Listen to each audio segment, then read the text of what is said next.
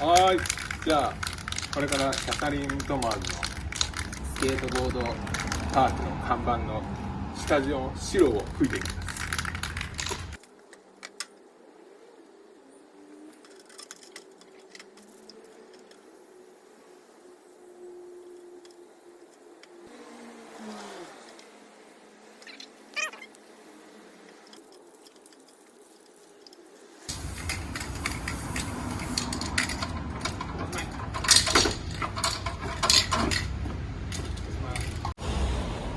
はい、じゃあキャサリン・トマーズの看板の文字を入れていきたいと思います。じゃん。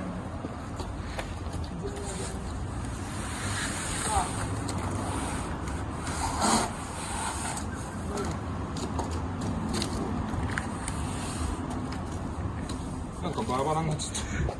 バラバラになっちゃったんだけど。さあ、こんなわけで。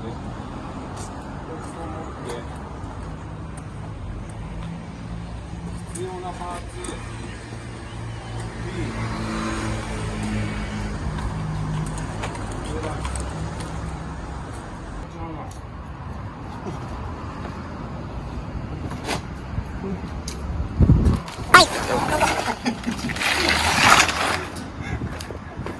これだ。これ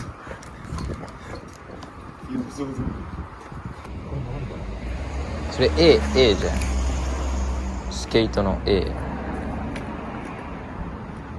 これ？それもだし、あれ全部入ってるじゃん。A が3つ。だからそれ3つ必要なんだと思う。これが3つあるんだ。これとこれとこれか。こういう感じ。うん。こういうことか。これか。あ、そうです。ちょっと待って。はい。じゃあキャサリン・トマーズの看板のこの設置をしながらスプレーで吹いていきたいと思うんですけど。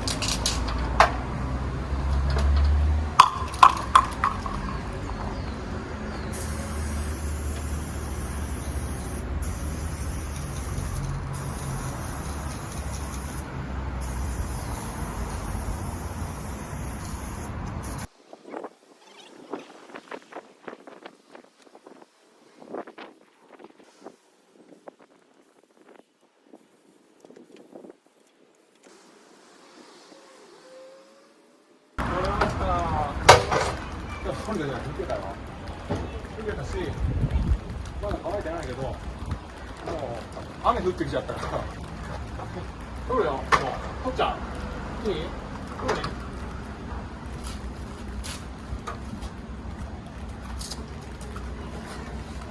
くるくる。じゃあ、くるくる。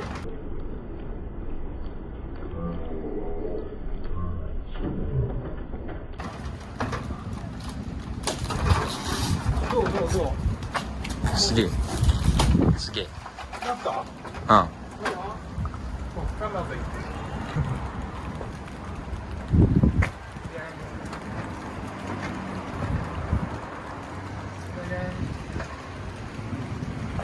サリン・トマーズオープンです。オープン。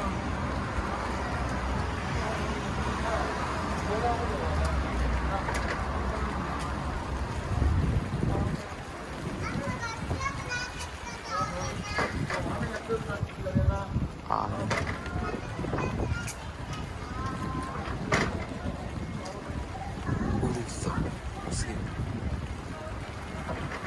どうすごい。キャサリン・トマーズスケートボードパークオープンです。